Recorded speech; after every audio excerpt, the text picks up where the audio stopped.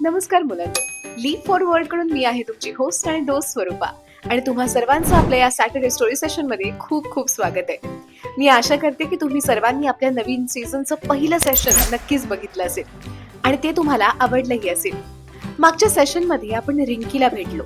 रिंकीने तिच्या मनातले अनेक उत्सुकतेचे प्रश्न विचारत आपल्याला गोष्टींच्या एका जादुई दुनियेत नेलं होतं. आजही आपण रिंकी सोबत या जादुई दुनियेची एक नवी सफर करणार आहोत. पण आज रिंकी थोडीशी चिंतेत दिसते. असं काय झालं असेल बरं? हे सगळं जाणून घ्यायचं असेल तर आजचं सेशन शेवटपर्यंत नक्की बघा. तर मग सुरुवात करूया आजच्या आपल्या खास सॅटर्डे स्टोरी सेशनला. काय रिंकी, अशी चिंतेत का दिसतेस? दीदी, आज माझी एक मैत्रीण ना खूप उदास होती. तिचे आई बाबा दुसऱ्या ठिकाणी राहायला जाणार आहेत. ती म्हणत होती की तिला तिचं घर सोडून दुसरीकडे जायला नाही जायचंय. दीदी, खरंच का ग? घर बदललं की सगळंच बदलतं का?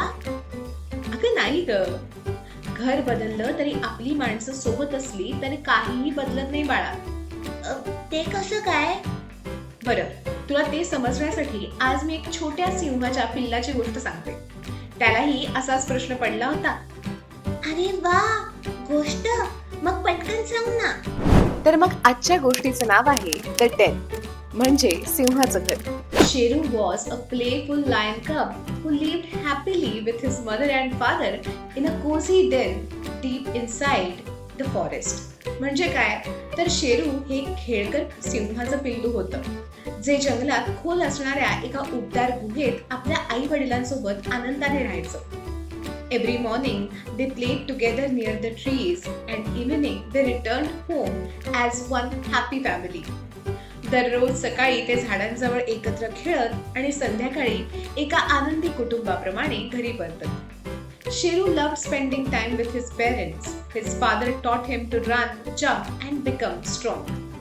शेरूला त्याच्या आई बाबांसोबत वेळ घालवायला खूप आवडत असे. त्याच्या बाबांनी त्याला धावायला, उड्या मारायला आणि खंबीर व्हायला शिकवलं. His mother used to take care of him, keep him safe and tell him stories at bedtime.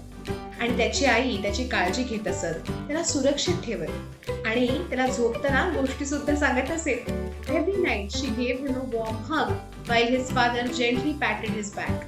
आणि दररोज रात्री त्याची आई शेरूला प्रेमाने मिठी मारायची आणि त्याचे वडील हळूवारपणे त्याच्या पाठीवर थोपटायचे. Then three of them looked up at the bright moon before going to sleep. आणि मग झोपण्यापूर्वी ते तिघेही वर असलेला तेजस्वी चंद्र पाहायचे. One morning, Sheru was happily playing in the mud. आणि एके सकाळी शेरू आनंदाने चिखलात खेळत होता. Suddenly, Father Lion noticed a few foxes nearby. आणि अचानक बाबा सिंहाचे लक्षात आले की जवळच काही कोल्हे आले आहेत. He quickly picked up Sheru and carried him safely back to the den. आणि त्याने पटकन शेरूला उचलले आणि सुरक्षितपणे गुहेत परत नेले. Mother Lion smiled and said, "You were worried about Sheru, weren't you?" आणि आई सिंहिणीने स्मितहास्य केले आणि ती म्हणाली, तुम्ही शेरूबद्दल चिंतित होता, नाही का?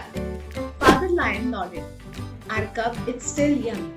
Keeping him safe is our first responsibility. आणि बाबा सिंहांनी मान डोलावली. ते म्हणाले, आपला छावा अजून लहान आहे, त्याला सुरक्षित ठेवणे ही आपली पहिली जबाबदारी आहे. Mother Lion agreed. Yes, but one day we must also teach him to be brave and look after himself.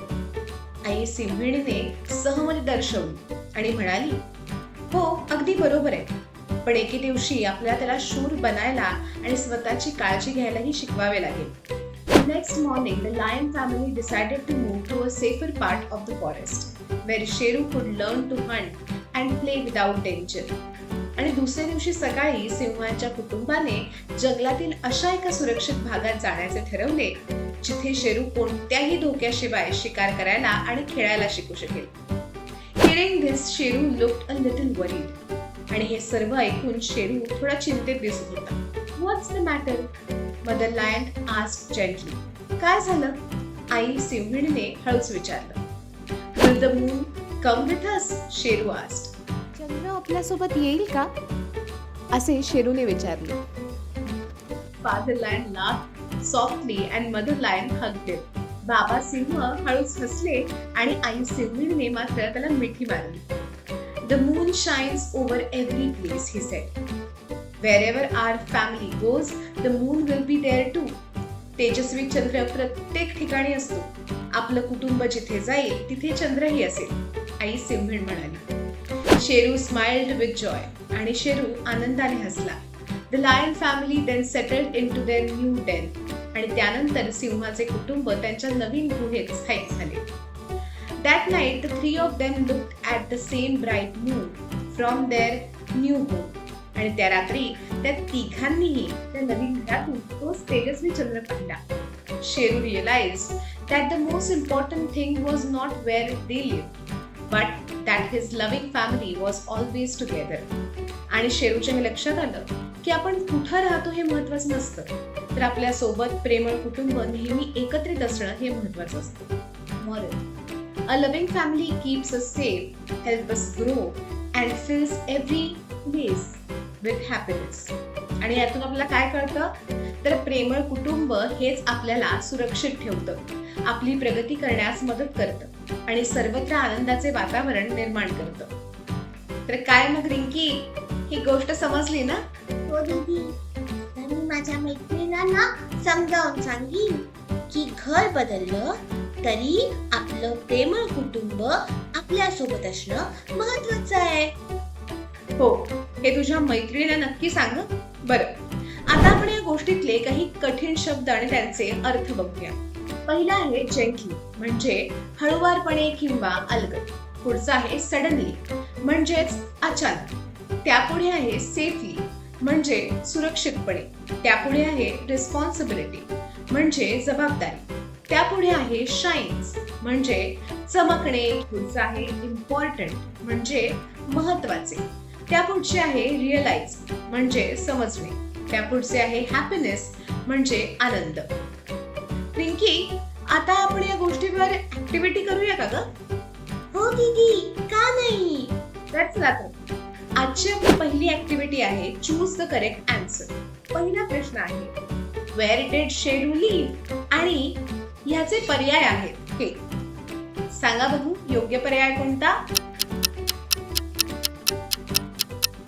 अगदी बरोबर, आणि याचं उत्तर आहे डेन. पुढचा प्रश्न, हू टॉट शेरू टू बिकम स्ट्रॉंग, आणि हे आहेत याचे ऑप्शन्स. आणि योग्य उत्तर आहे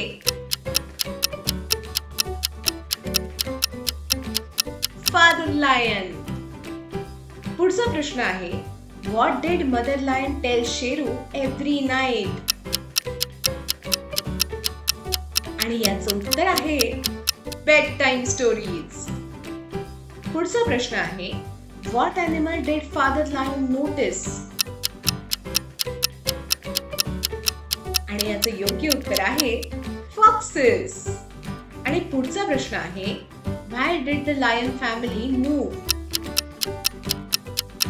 आणि याचं योग्य उत्तर आहे to live in a safer place. चला, आता अजून एक ऍक्टिव्हिटी करूया.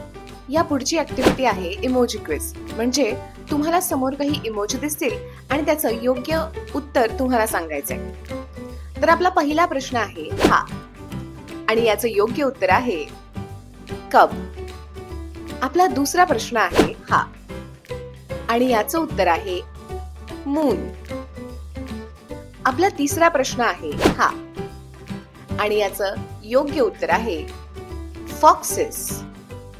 आता जाऊया आपल्या पुढील प्रश्नाकडे.